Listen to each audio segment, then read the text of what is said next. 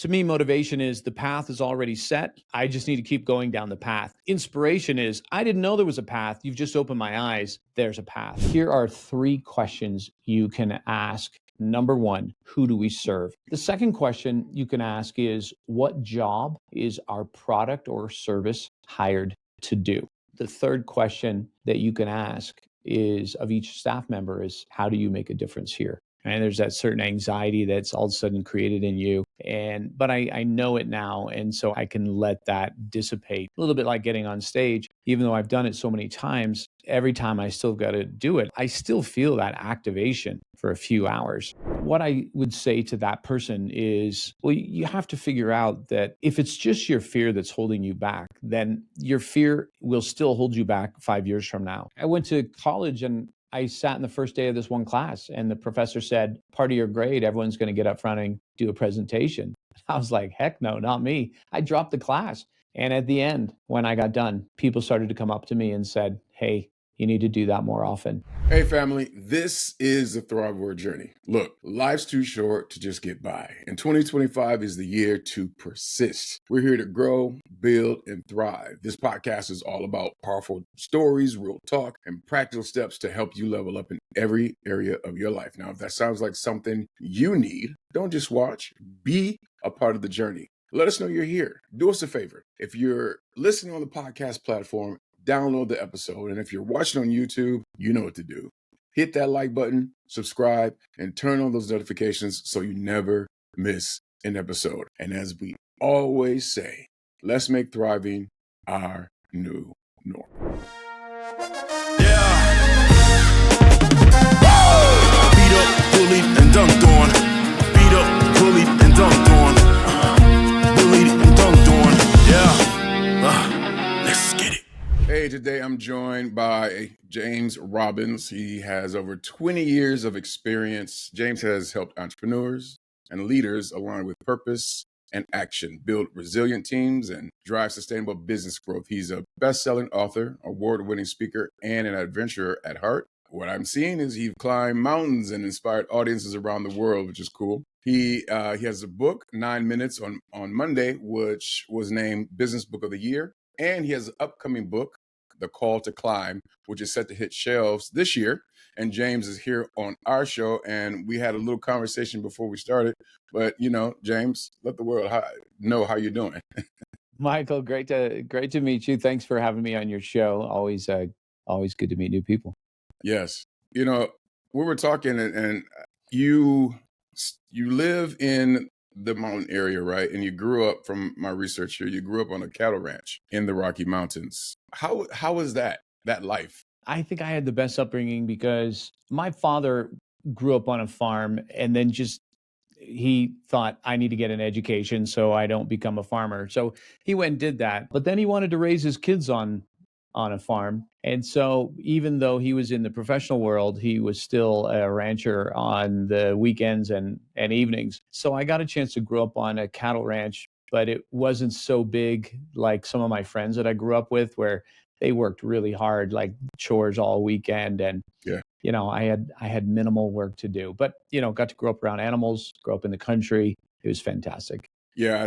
I think growing up, we would visit ranches and farms in Michigan, but, you know, it was nothing that I would see myself, wanting, because it does look like a lot of work. You know, I'm hearing you got to wake up at 6 o'clock in the morning or whatever o'clock in the morning to get your chores done, get work done before you even go to school, at a young age. But I know you lived on the ranch. So did you get lessons from living on the ranch?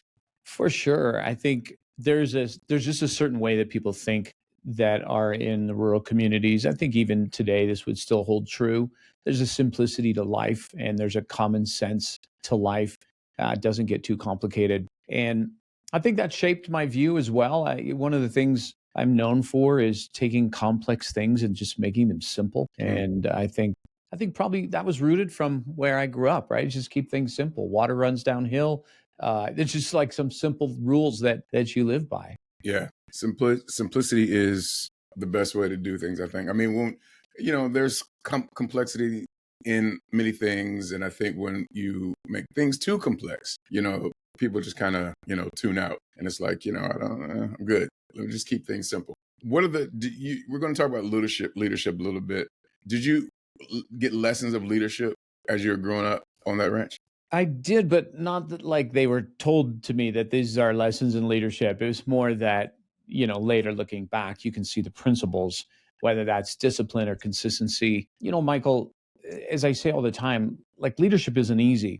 At the same time, it doesn't have to be complicated. I think most things in life are like that. They're not easy, but let's not complicate it. And leadership at the end of the day is, how do I produce results through a group of people in a way that they enjoy the ride? Yeah. And so there's the process side of that, and there's the people side of that. And both of them have, some principles that you got to tap into. In your experience, what separates a good leader from a great leader? Good leader from a great leader.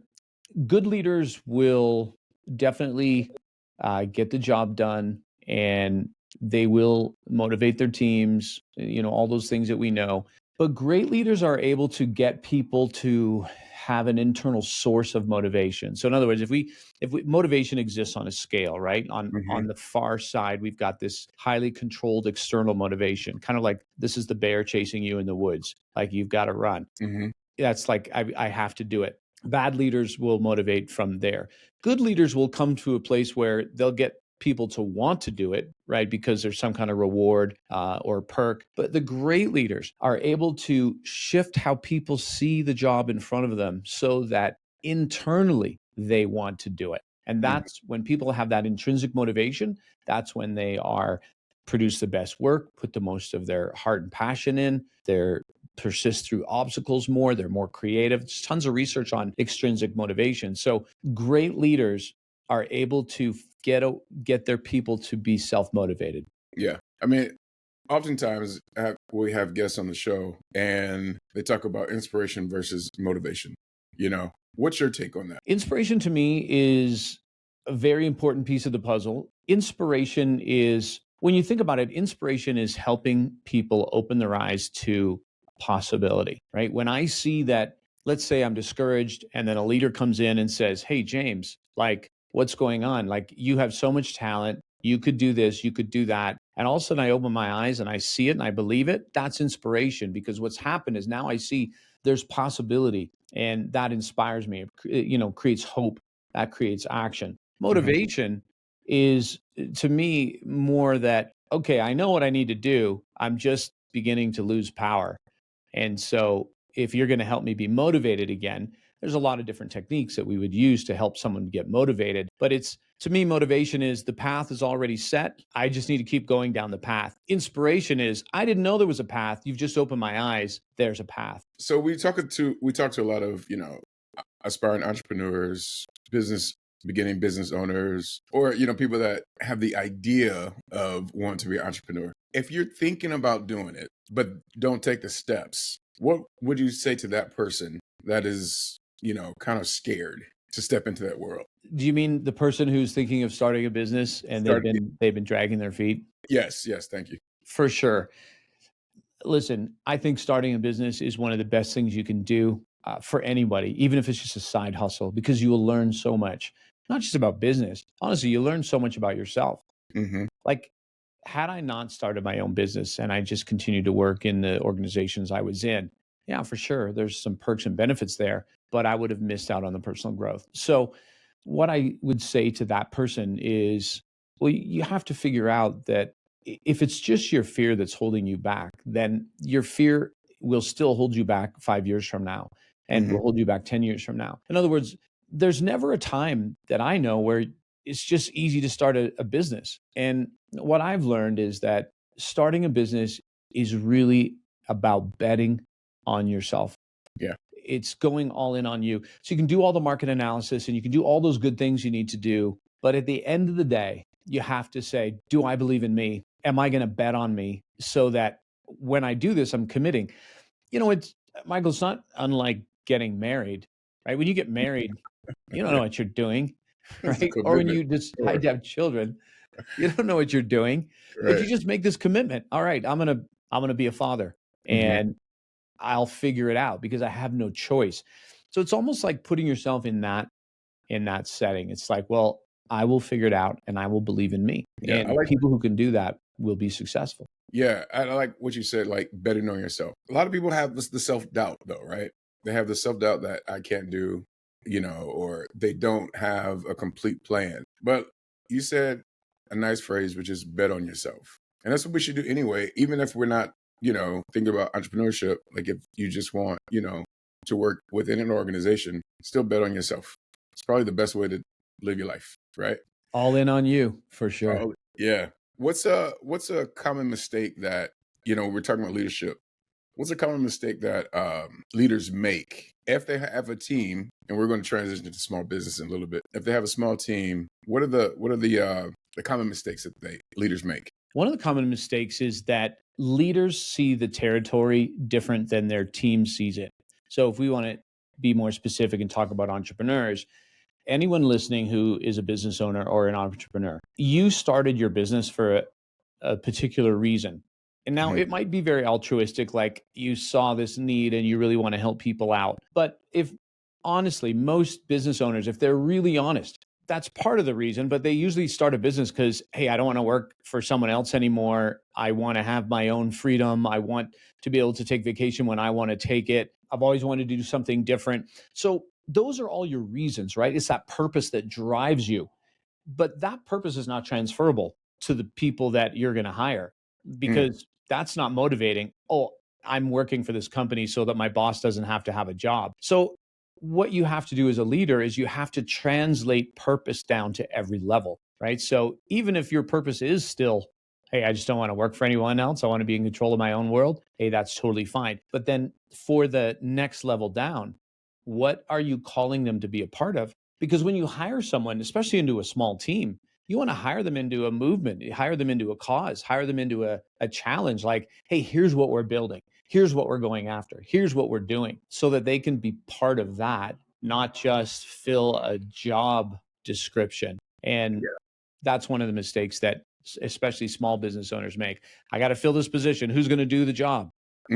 How does one do that? How does one tap into that world of, connecting their purpose or their why to their team? Yeah, that's a great question. So for those of you who are business owners, or even if you're leading in a company, here are 3 questions you can ask of yourself that helps clarify the answer. Number 1, who do we serve? So at the end of the day, you don't serve clients. That's not motivating. You serve some sort of need in the market. You serve moms, you serve families, you serve business owners who are stressed out. It's almost like you take a page from your marketing, the very same thing you use to get people to buy your services, and you help your staff see this is who we serve. The second question you can ask is, what job is our product or service hired to do? Right? So everyone has a product or a service, or maybe you have both. But at the end of the day, nobody really wants your product or service. They are wanting it for some reason. So I'll give you an example. I was working with a small business owner. She had a day spa, but their prime revenue driver was cosmetic sales. But what she found was that her sales team, they were not pushing sales. They were not upselling. So how they had it, women would come in, they would get a free makeover. And then the women, the employees were supposed to upsell them more makeup. And so I said, okay, well, what job is your product hired to do? Like cosmetics. Basically, why do women buy cosmetics? And they told me, well, they buy them to feel beautiful and to look beautiful. I'm like, yeah. So think about this for a moment. Those, I don't know the name of the beauticians or whatever you call the women who do the makeovers. I said, so you're telling me they get to come in every day and their job is, I get to make women feel beautiful? That's actually a great job. And if I really believe that's what I'm doing, and I believe in the company and the products, then the upsell isn't a sale anymore. It's just, it comes from a different place, a place of service. And so sometimes it's getting people to think differently about the job. So we got them to start thinking like that. And within a week, a woman came in, got a makeover. She went to pay, and she said to the receptionist, she said, I just feel so confident. And I said, hey, you got to take that sound bite. You got to take that back and remind your salespeople This is what we do, right? What job is our product hired to do?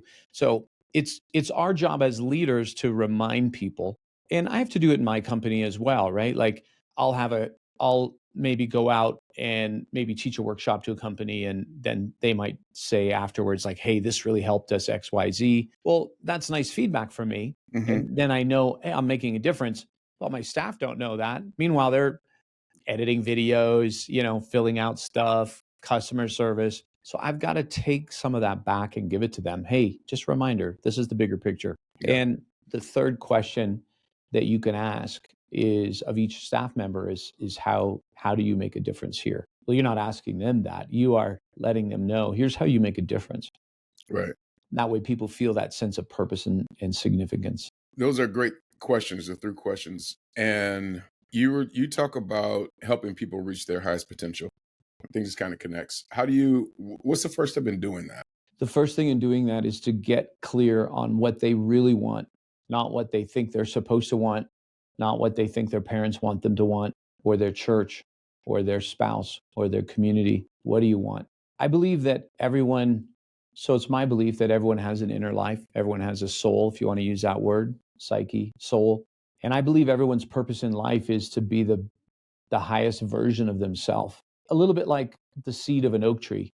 Its purpose is just to become that oak tree. Now, the oak tree will do many things, right? It's going to create shade and a home for animals, but it does those things because of who it is. And I think number one is people got to get it clear of what they want, and then number two is understand that their purpose isn't even to go after those things. Their purpose is just to bring that highest version of themselves to the world.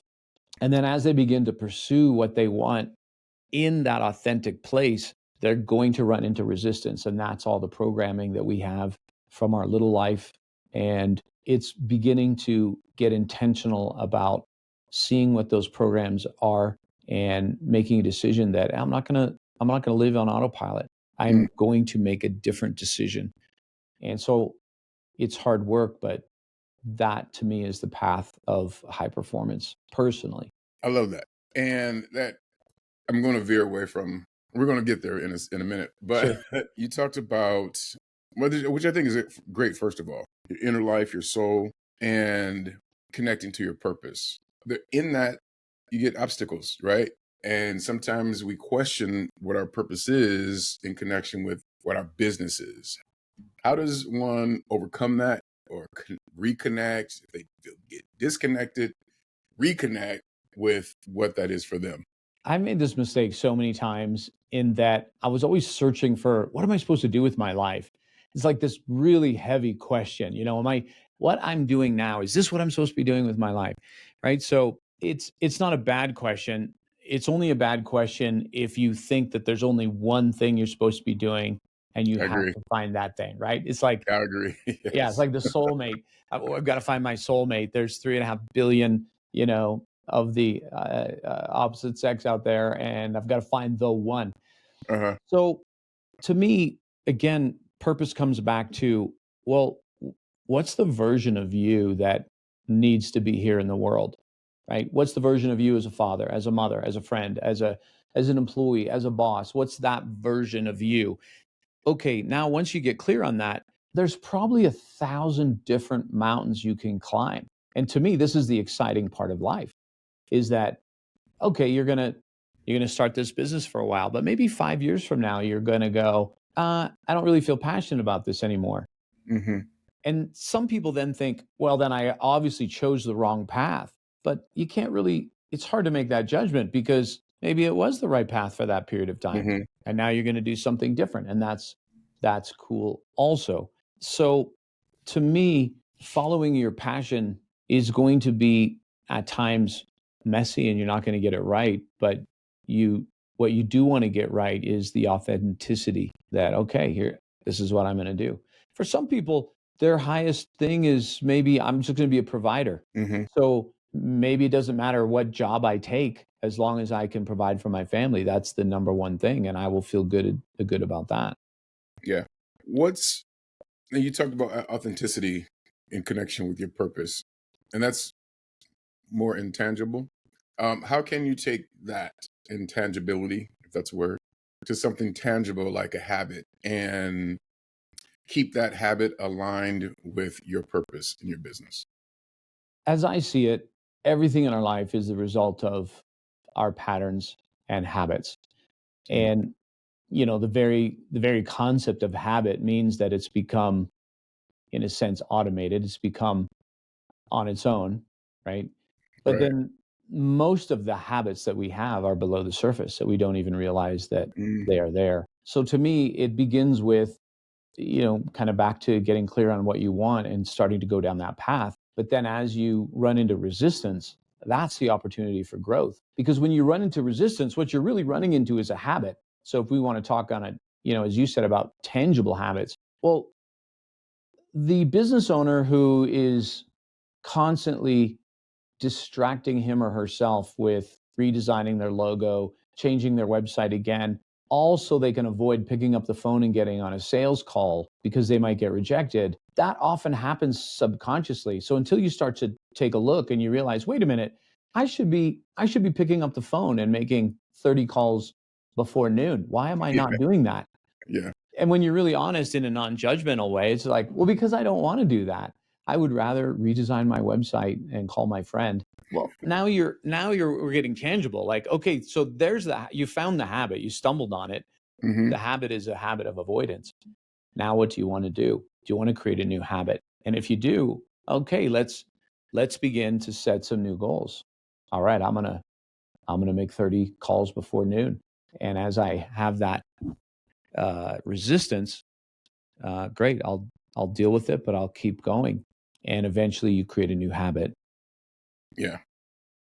It's like you have to disrupt some of those things that are under that are I mean, they're apparent, but they're under the surface that we don't necessarily see or call out on ourselves as not just entrepreneurs, but as human beings, period.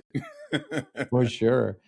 And I speak about the sales thing, but I speak about that because I, I know that I am that person. Hmm. And What's up, Thrival Journey listeners and watchers? Look, if you're someone with big dreams of entrepreneurship, but need a flexible way to earn income while building your business, let me tell you about the Orions Group. Through our partnership with Arise Virtual Solutions, you can become a customer support professional, aka CSP, and start earning from home on your own terms. Arise offers a streamlined certification process, getting you trained and ready to work with well known brands all across America. You can set your own hours, choose the clients you want to work with, and create a work life balance that fits your entrepreneurial goals. The best part, you don't have to choose between your side gig and your business dreams. Being a CSP with the Orions Group means you can bring in extra income while have the flexibility to focus on growing your own venture, much like I did. Whether you're looking to supplement your income or need a bridge while building your empire, this is the opportunity for you. You interested? If so, head over to www.theorionsgroup.com to learn more about becoming a CSP with the Orions Group. Look here. Support your entrepreneurial journey while supporting the Thrival Journey podcast at the same time.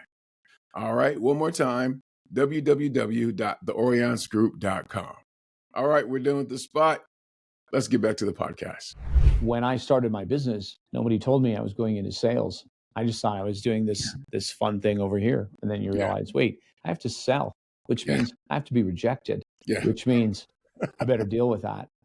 Right. So I mean, that's probably in that world. It's an underlying issue for a lot of people. I know in one aspect of my business, I know that I have to, make calls and do all that kind of stuff. And I think for me, I was dealing with rejection. Like I didn't want to be told no, and that was something that I had to overcome. And for me, a no is like, okay, well, not this time. Maybe I'll circle back around or just keep on going.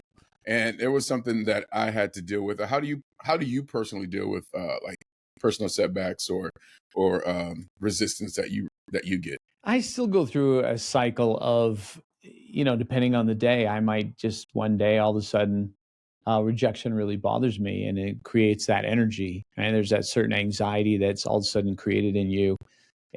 But I know it now. And so I can let that dissipate a little bit like getting on stage. even though I've done it so many times, every time I still got to do it, I still feel that activation for a few hours. And that's not a bad thing actually, but I'm just used to it now. And I know, okay, well, this goes with the territory for me. Maybe for other people, they're able to completely remove what rejection means to them. I Hmm. think for me, it's ingrained in that there are days where I have a great bulletproof mindset and rejection just flows off me like water off a duck's back. Yeah. And there are other days where one rejection makes me want to go redesign my logo. Right. That's so funny. Yeah, because I have those days too, right? Like I'm like, just keep on going. Oh, somebody's told me no. Oh, it's okay, And then there's days where I'm looking because we're, also in the social media world. It's like, oh, somebody says something negative about something that I put out, or am I doing something wrong? And am I not good enough? Or something that was, it'll just play around in my mind, and then it's like, what steps do I need to take to make myself better? But it could be nothing. You know what I mean? It could just be like that person receiving something just the way they receive it. It has nothing to do with me. And I had to figure that out the hard way. 100%. 100%. Yeah. I know you're on stages and you do a lot of storytelling. What makes a storytelling powerful, especially as, people who are entrepreneurs that, they're maybe not good at selling their business or talking about their business or giving their vision or their purpose out. How does one do that, and what makes that powerful? Yeah, stories is the superpower. And like we talked at the start, I grew up in a rural area. I was shy, introverted, totally insecure. First time I got on stage, the first 100 times I got on stage. But storytelling would be the anchor that gave me the most confidence because it's the most natural.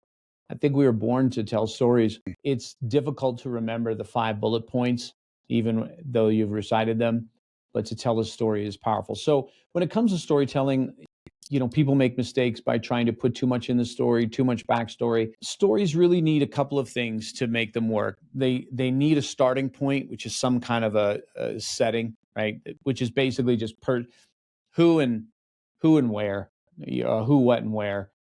Michael and I were at 7-Eleven on Friday. That's just where it starts. The brain needs a place to get started, and then Hmm. at some point it needs tension, and tension is created by some sort of either conflict or potential of loss, and then the rest of the story is the resolution of that tension, whether it was a solution, whether it was uh, a fight that had to be won, or a product, your product that solved the tension, and then a transformation of the character. Yeah. So when you tell stories, though, from a business perspective, you want to find a way to tell their story. You might have heard that before, make your stories their stories. And you think, Yeah. okay, well, how do I do that though? And there's a couple different ways. And one of them is to pull them into your story.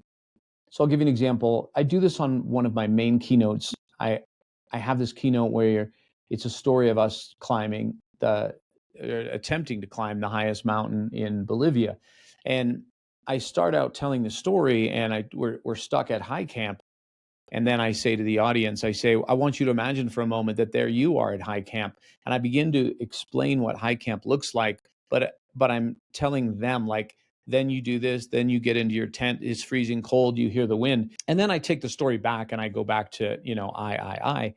But in that brief 30 seconds, what I did was I got people to imagine themselves on the mountain. And Hmm. now for the rest of the story, they're climbing the mountain, which is filled with obstacles. And then they get really into the story. So that's one way. The other way is when you tell a story and the character is very similar to them. So, for example, if I was speaking to a rural audience, which I've done from time to time, and I could be telling one of my stories of growing up in a rural area, people resonate with that because Yeah. they get that.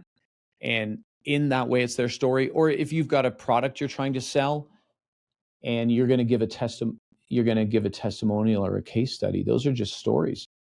Yeah. Like hey, Michael tried our product.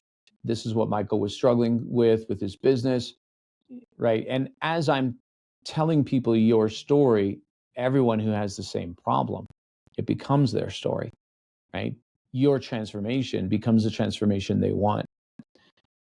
The reason stories are so powerful is because think of it a little bit like the city of Troy, like the story of the Trojan horse, Yeah. right? Like that everyone's walls are up to resist influence. And what a story is the Trojan horse that's new and exciting and like, what's that? And people lower the bridge and let it inside. And then, of course, in the story, the soldiers came out. Well, the soldiers are the point of your story. Whatever point you're wanting to make, you're wrapping that in a story that gets it through the gates. And now they're into the city. That's their mind, right? And that's how you change people's thinking. Because if you want people to change, it doesn't even start with just like knowledge. It's getting them to think differently. And once they think differently, they're going to take different action. Right. So when you think about what story that you should tell, think more about what do I want them to think and what do I want them to feel? And now let me create a story that's going to accomplish those two goals. And then you're in. And you're in, yeah, for sure. And then you've been on stages. You had, like we've talked before, like before the podcast started. You said 3,000 times you've been on stages. So for those who are listening and want to use, they want to start speaking to, elevate themselves and their business, or, and also to elevate the audience that they want to speak to. In the beginning, I know it's not easy. Have you had a story or sharing yourself on the stage, and that story or that message, it flopped? And if so, how'd you recover? Yeah, so I came with the belief that I am not a public speaker, and that started when I was 7 years old, and I was asked to thank one of our coaches at the end of the year banquet, and I got up to do this speech, and I totally bombed it. And even at 7, I knew I had bombed it, and it was like somebody put a sticky note on me, not a public speaker. Then in 9th grade, we had to do a speech. Everybody had to do a speech in class. And because of my own anxiety and because of my, I'm no good at this, I didn't prepare and I totally bombed it. And, it's a terrible feeling when you're 14 in front of your peers, knowing that you suck in this moment. And it was like 50 more, Post-it notes, like not a public speaker. Well, anyways, this continued. I went to college and I sat in the first day of this one class, and the professor said, part of your grade, everyone's going to get up front and do a presentation. I was like, heck no, not me. I dropped the class. So my fear of speaking was then dictating my future. And what changed was one day I was still a college student, and I was attending this church, and the preacher came to me and said, hey, we'd like a college student to get up front and share, for 5 minutes on what they're learning in their Bible. And I'm like, can't you see all the Post-it notes on me that say not a public speaker, right? So neon signs. Anyways, I distinctly remember I was sitting on side of a football field, and I was just whining about this. And it was literally like a voice that said to me, could you just could you for once just not care about what anyone thinks and just go and do this? And I was like, okay, I'll do it. And if I'm going to fail, let's at least make it a great story, and let's fail big time. So the difference was all of a sudden I prepared, and I showed up, and I thought, well, I'm just going to go for it and be energetic. And I was. And at the end, when I got done, people started to come up to me and said, hey, you need to do that more often. And that was the first day that some of those sticky notes began to come off. Not all of them. But then I realized I was the one who put them there in the first place. Yeah. And so we have to be careful what we tell ourselves. So for those of you who are entrepreneurs, giving presentations is one of the best ways to grow your business. I would say 80% of all my business is generated because of some kind of stage. Speaking at a conference, giving a webinar, inviting people to a free workshop. I'd say 80% of my business comes out of that. And again, you might say, well, yeah, you've spoke so many times. Yeah, but look where I started. You can't be any further back than me. when I started, right? Who's like, Mhm. I'm going to drop my course. I can't do this. So yeah, of course it's scary, but when you have the right structure, then that's really where it is. It's how you structure a presentation. That's where the money is. Yeah, I was going to say that because I have the opposite story. The first time I remember being in front of a crowd, I was maybe, I don't know, I was in middle school. I was wrestling, and we had the little dinner after, it's all done and everything. And I had some postcards and everything. I was supposed to go up and, you know, welcome people or whatever. And I didn't know what I was doing, but I was so confident in myself. And I found the word matriculation. I think maybe I was in, I don't know, maybe seventh grade. We're going into eighth grade. I don't know, something like that. And people were like, "Oh my God, matriculation for you! Just such a young guy. You know these words." And so I got the pat on the back, And then later on, and I was maybe 14 or something. I went to Europe, track and field. Came back, received an award, and I was in front of all these people. The only thing I said was, "I don't know what to say," and everybody laughed, and I thought it was great. So in my mind, I was, doing good. And as I got, in college, I had to do public speaking for my degree, and I was good in that. But then as I got older, again, it was like a reverse. I was afraid to talk to people for whatever reason. Again, you were talking about structure. Um, I felt like I just didn't have anything to say, or maybe I didn't have a structure. But then I shied away from it, you know.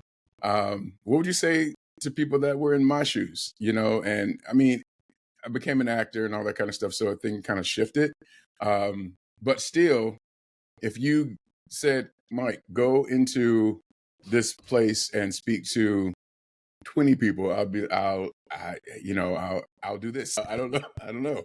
What do you say to those people Well, in first the of all, business? Like me, talk to me. first of all, I don't even know what the word matriculation means, so that's impressive that you use that as a child. Yeah.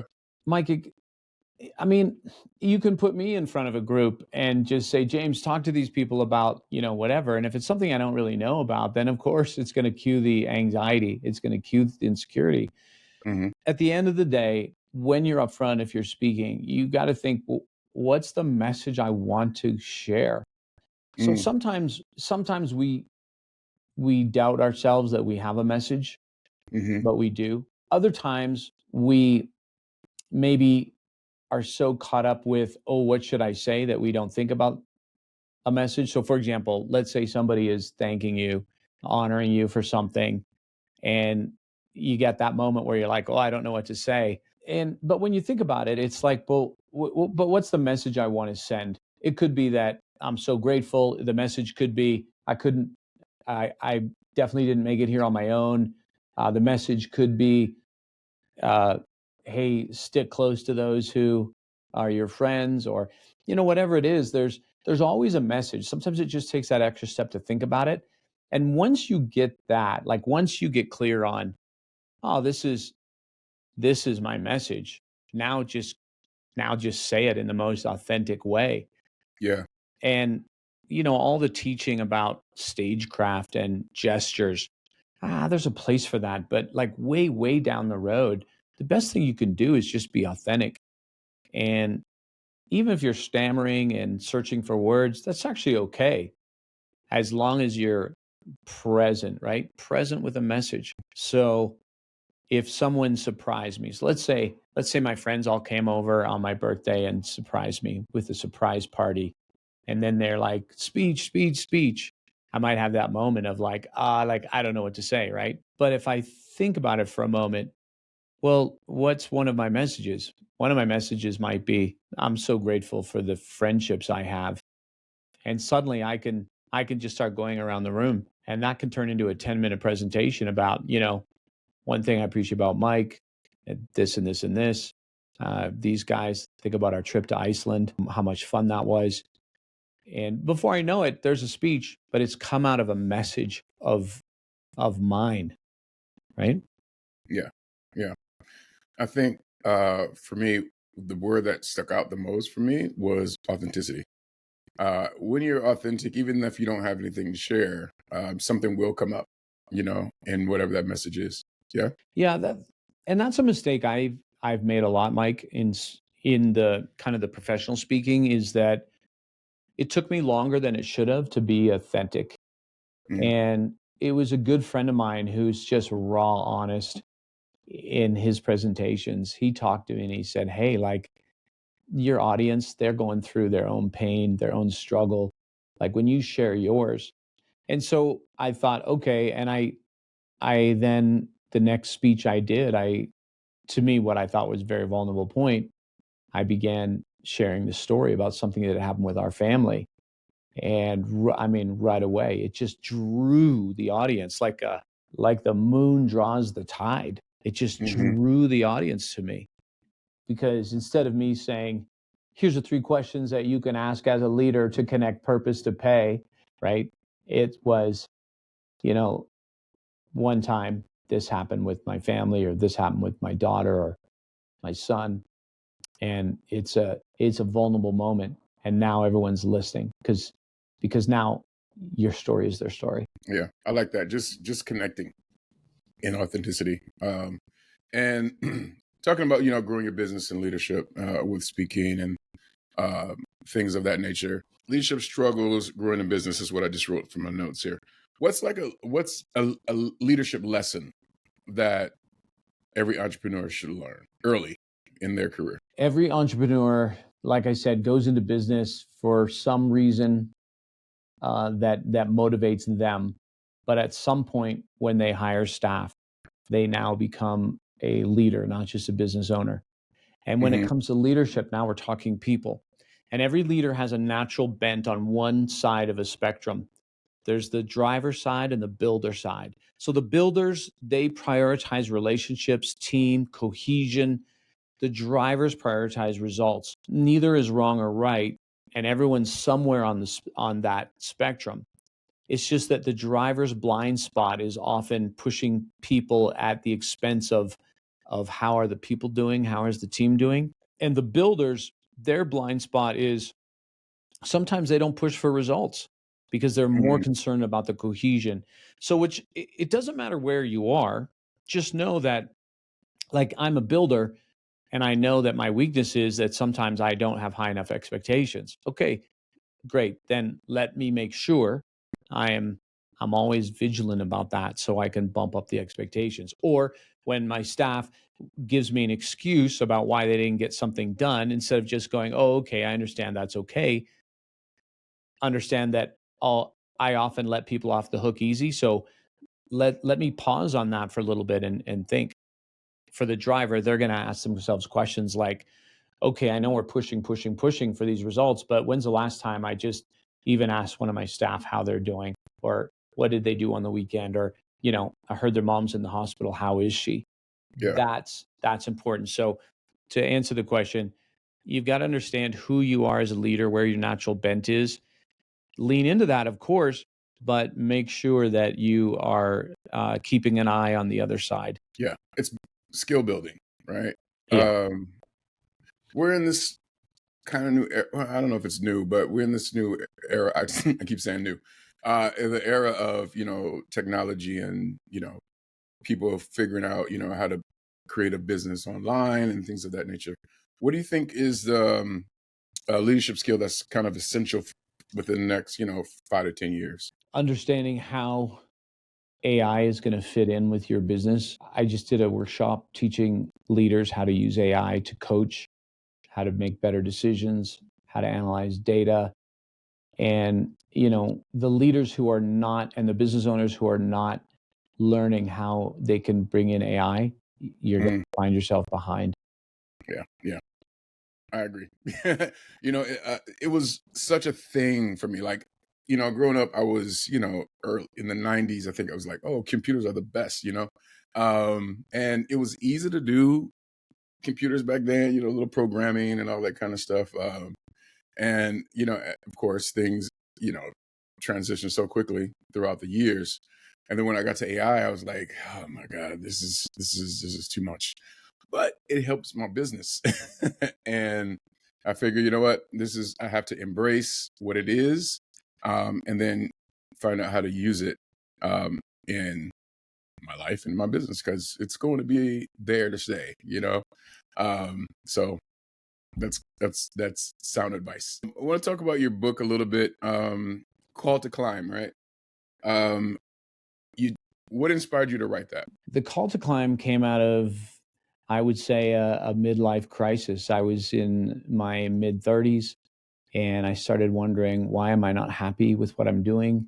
The career I was in was highly purposeful. I was working for a not-for-profit. Many people would have loved my job. And I thought, why am I not happy with this? But I didn't feel like I could change. And that created sort of as Dr. James Hollis says, a collision of selves. There's the self I think I'm supposed to be, but then there's this other self, or let's say pushed by the soul, of doing something different. Because when your life gets out of alignment, it creates problems. So, in fact, the real inspiration of the book came when I thought, I'm going to go see a therapist. And this was early 2000s. So even still then, there was this stigma, especially for men, like, at least for me, like, to go to therapy was actually a big step in, because it felt like a failure, actually. But so it was a big step in that. But he gave me this book by Dr. James Hollis called Finding Meaning in the Second Half of Life, How to Finally Grow Up. And so I read it, and it was all about taking control back of your life and understanding that there are programs that are driving your behavior, but that at some point, everyone's life receives a summons from the soul to come and have an appointment. But most people ignore the appointment with the soul. So that was the stuff he wrote about, and it impacted me so profoundly. I ended up reading so many of his books, contacted him online, was able to speak with him, had him on my podcast. But that planted the idea for the Call to Climb. And the Call to Climb is actually written in a fable format. It's about somebody who stumbles into this remote village in Bolivia, only to find out that this village has been expecting them, because it's at the foot of this mountain. And this mountain is special in that it calls people to climb whose life is out of alignment, so that they might finally sit down and have a conversation with their soul, a conversation they've been avoiding. So the entire book's about that. And this main character ends up climbing up this mountain. There's a guide with them the whole way. And what happens throughout the climb, they begin realizing what's really governing their life, what's really controlling it, and how they can take back control from fear, from the opinions of others. And so it's been 12 years in the idea stage. And then finally last year, we decided, all right, let's make this happen. I knew someone at Wiley, a publisher. I'd known her for years, and she reached out and she was like, when are you going to do this? And so I said, okay, let's do it. And so, I always need a deadline. So that got it finished, and now we're just waiting for it to come out. All right. So I was going to ask you, was it going to be up? August. Do you have it in August? Yeah, August 5th. If you go to iwillclimb.com, you'll see all the information for it. Awesome. All right. Because I will get that book. Appreciate it. Yeah. I'm going to wrap up a little bit here, but you had some phrases: collision of self, summons from the soul, call to the climb. I like these. In all of that, it's really getting intrinsic, right? And you're a leader, you built your business, and for anyone listening,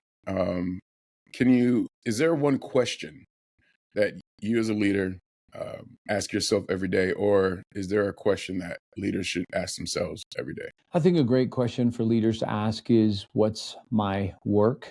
And what I mean by that is, I differentiate between your job and your work, right? So all of us have elements of a job, right? And there's parts of your job that I'm sure you don't like. There's parts of my job I don't like.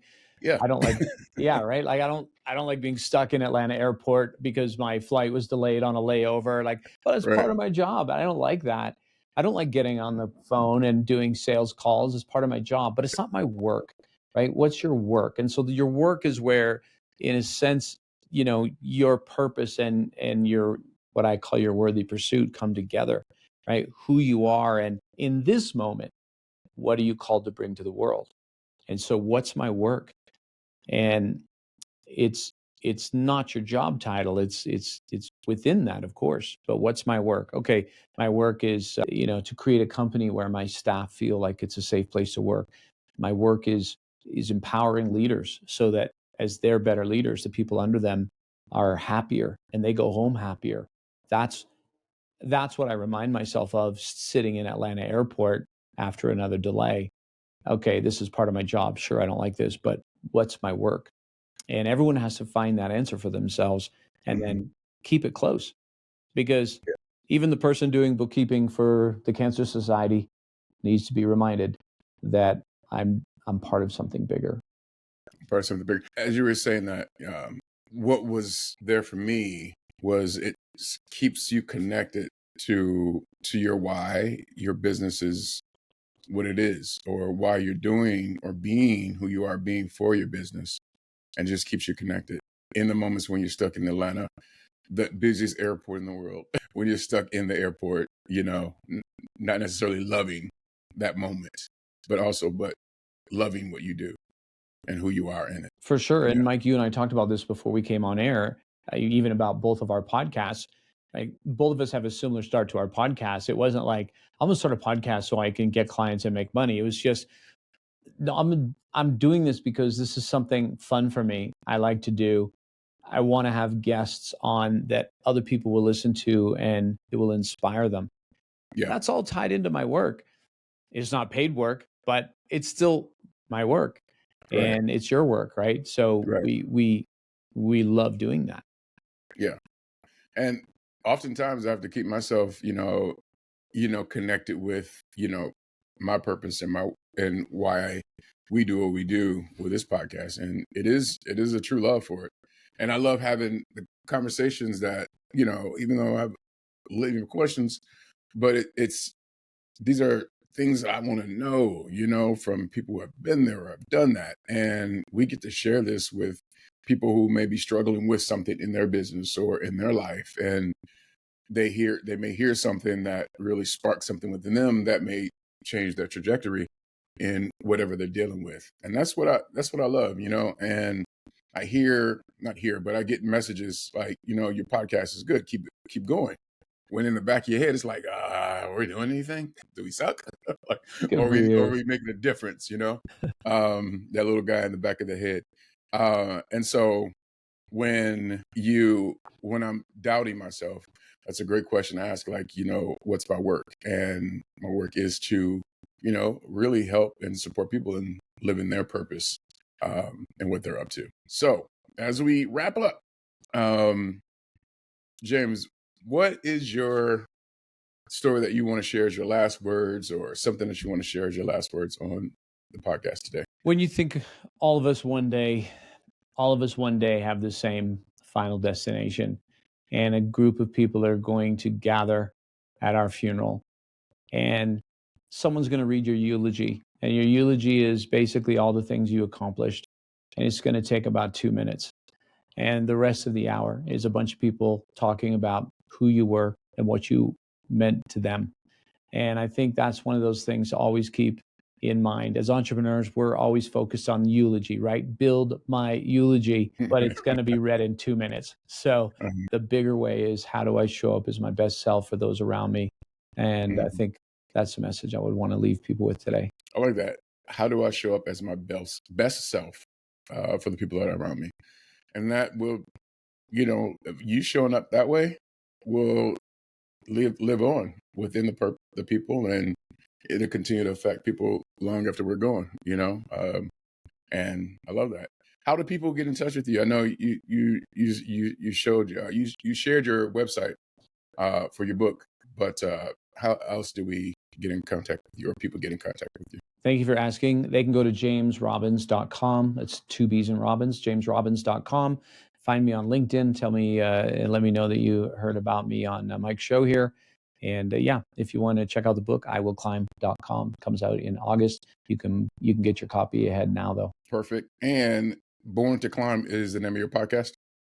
Yes, Born to Climb is the name of my podcast. All right. So check James out. And James, thank you for being here. Truly inspirational listening to you. And I wanted to get into your climbing stories, but maybe next time. But again, thank you for being here. And all you listeners and watchers, go to our Facebook group, The Thrival Journey, connect with us there. And as we always say, let's make thriving our new normal. Thank you, James. Thanks.